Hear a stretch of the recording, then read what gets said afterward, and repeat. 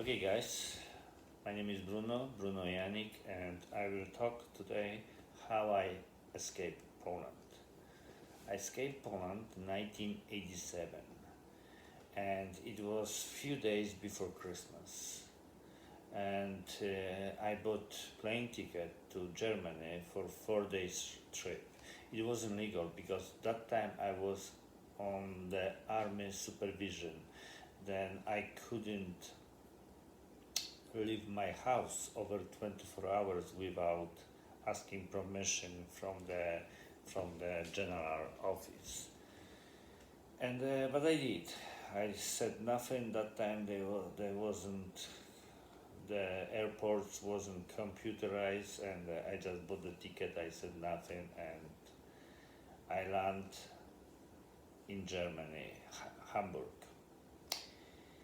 and I asked for a political asylum, but it wasn't easy because when I came to the Hamburg, I had no experience how to do that. Then we was going from office to the office without speaking German. We was showing out from one place to the another one. Funny, I was with two other guys. There was some students, young guys. That time I was also young. I was, I believe, 27 years old. And I decided to go with them to the Friedland. Friedland was the small town where was the refugee, it was the camp for the people who has German relation. They had some family like grandfather, grandmother from Germany. That's why they could ask for the directly for a German citizenship. But we had nothing like that. But we go anyway. When we came to the camp, to the office, of course they said, no, sorry guys, if you don't have any German relative, you have to go some different place, and they kick us out. And we end up in the small train station in Bovenden, in South Germany, not that far from Munich. And some lady invited us to some restaurant, and she offered coffee and some donuts, and we eat, and I asked how much it cost. She said nothing. I said, what do you mean nothing? And she said, this is the Red Cross restaurant, like they're helping people, like. I said, oh, nice, And some young guy, he asked me a question, what you doing here, blah, blah, blah. Then I told him, like, I am a refugee from Poland. I escaped from Poland. I came to Germany, asked for a political asylum. But I said, no one wanna help me, No one wanna help us. And he said, do you have a 3 or 2 German marks? I said, yes, we have. And he said, okay, then let's go buy a bus ticket and I will try to help you. And we took the bus, and he brought us to some big office, and he knocked to the some door, and some German office guy opened the door, and he said, how may I help you? And he said, okay, hi, blah, blah, blah. I brought the 3 refugee from Poland. And he said, the German guy said, what? From Poland?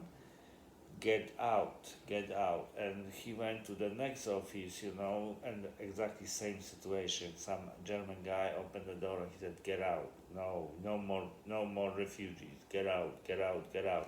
And so many people came to because was kind of the conversation was louder than become some noise on the hallway, and so many people came, and some young guy came to me and he said, how may I help you?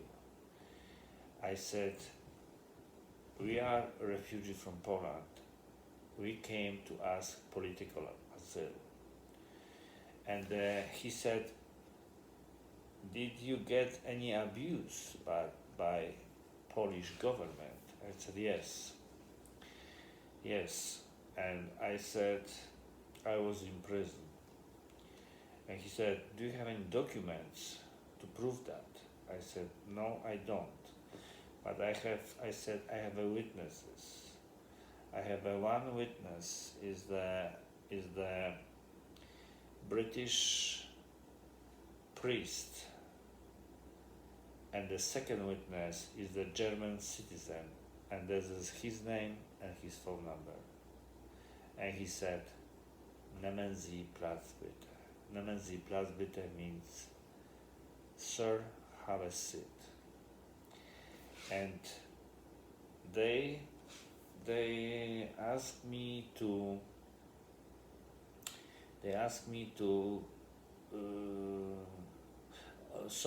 he said, guys, do you have a 50 German marks? I said, yes, we do. And he said, okay, guys, then right across the street is the hotel. Go and stay at night and come back here tomorrow morning, because we are closing office in 10 minutes.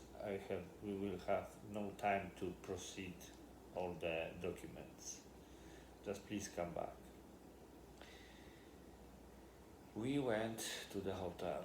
We paid $50 for the hotel, and it was a dirty Turkish hotel, dirty, old, dirty hotel, and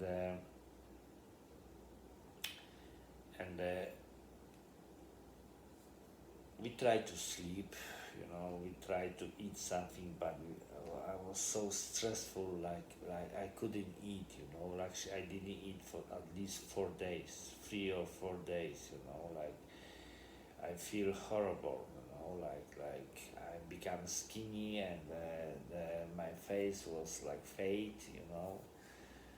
and but I try to sleep, like I wake up around 3 o'clock in the morning. I heard some noises in the room, and I opened my eyes and I saw the guys who was with me start packing the luggage, I said, what you guys doing? And they said, we going home. We're not going to the office tomorrow. We quit. It's not for us. I said, oh my God, what you doing? Like you came here from Poland, you escaped Poland, and they came here to Germany, and you quitting now? And I said, I give you the good advice, go back to bed and sleep. When you wake up in the morning, then you make a decision. I said, you need more sleep. And we follow sleep. I wake up in the morning and they was packing, finishing packing. They left, they went back to Poland. I came to the office, we proceed on the papers, and the German guy, he called the driver, and the driver came, he took my suitcase, escort me to his car, and he drive me to the hotel. And I was in the hotel for 3 or 4 days, and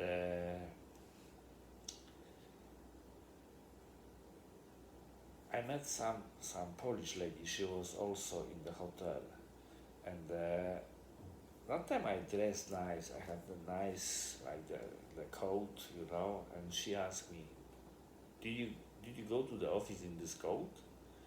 And I said, yes. Oh, no. Then you have to come with me tomorrow. I will take you back to the office. And then she complained, like, because they didn't give me any money. But the lady take me to the office and talk to some German ladies, and she said, like, I just came to Germany, I had no money, and they give me, I believe, 300 German marks, which was a huge. It was like I was making 15 German marks monthly in Poland, and of course I sent all the money to my ex-wife, in Poland, because I left my wife and the kid, and which was a big help for me. I was in this hotel about 1 week, I think, and after they sent me to refugee camp in Braunschweig. The Braunschweig was the refugee camp, was about 2,000 people in that camp. It was a huge buildings and lots of people. It was around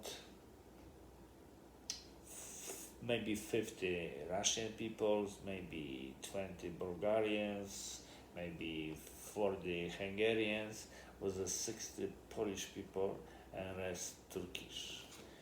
And when we went for pick up the dinner, then we was standing in the line, and the Turkish guys was taking without standing in the line. They was coming, taking whatever, how they like it, how they want it. And one Polish guy, he got upset,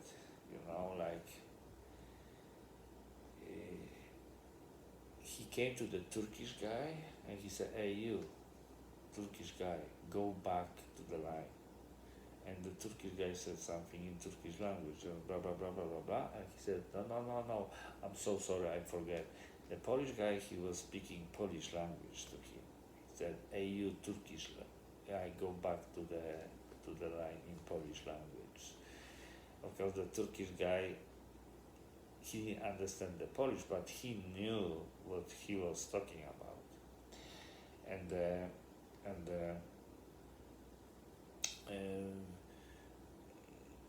some Turkish lady came and tried to take the dinner without standing waiting in the line, and he said he came to her also, like, face to face, and he said, "Hey, you Turkish lady, go back to the line. It's no shortcuts here."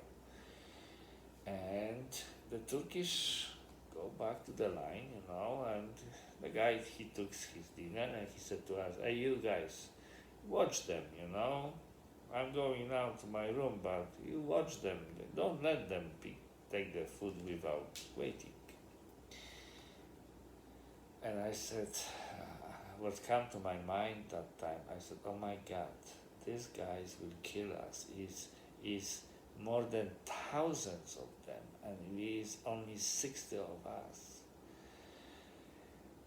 And we went back to our room, and in our room was 40 guys, and in the second Polish room was around 20 Polish guys, and 4 guys from my room beat up one Polish guy from the second room.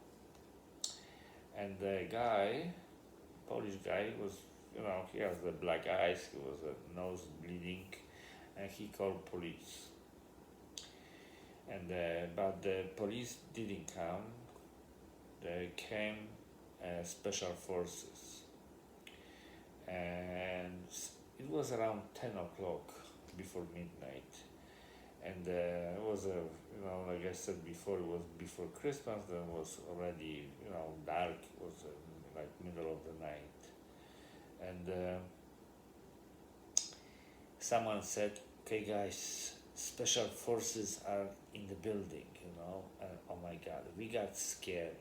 Like, we didn't know what's gonna happen to us. They will beat us up, or they will just send us back to the Poland. We was scared, like small kids. And I said to everybody, "Hey guys, undress and everybody goes to the bed.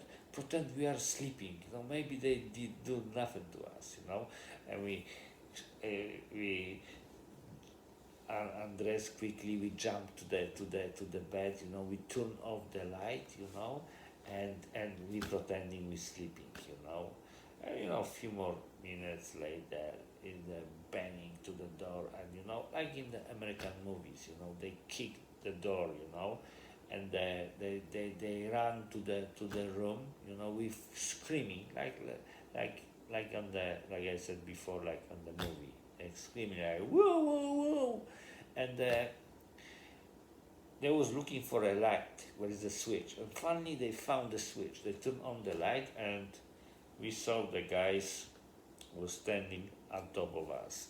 Like it was 40 of us, and it was also like 40, 50, maybe 60. The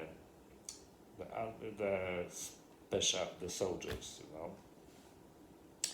They was wearing like the army shoes, army pants, T-shirt with some sign. I don't remember what was police or something. I don't remember. And only the gun, and the black gloves. No helmets, no shields, no big batonas, not nothing. Only the gun in the belt. And what we did, we said, okay, guys, the guys who fight, let's stand up, And those guys stand up, and we said, like, the guy started, And they saw us like we are so innocent, like basically nothing happened, only one guy beat up, but he didn't get very hurt, only one black eye and a little bit nose bleeding, that's it. And they let us go, they said, don't do this again. And they, did the finger like that, don't do this again, and they left, But the Turkish people saw that, like the army came to fight us and went with nothing, And they were so afraid of us. Like next day when we went pick up the dinner, then they were so quiet, like we was also waiting in the line, but we was talking, laughing, and these guys were so afraid of us, It was funny because if they wanna beat us, they could do anything they wanted with us. Okay, guys, then we will finish for today, and this is the first chapter of my story. I want to invite you for the next one tomorrow. If you like it, please subscribe. Bye-bye.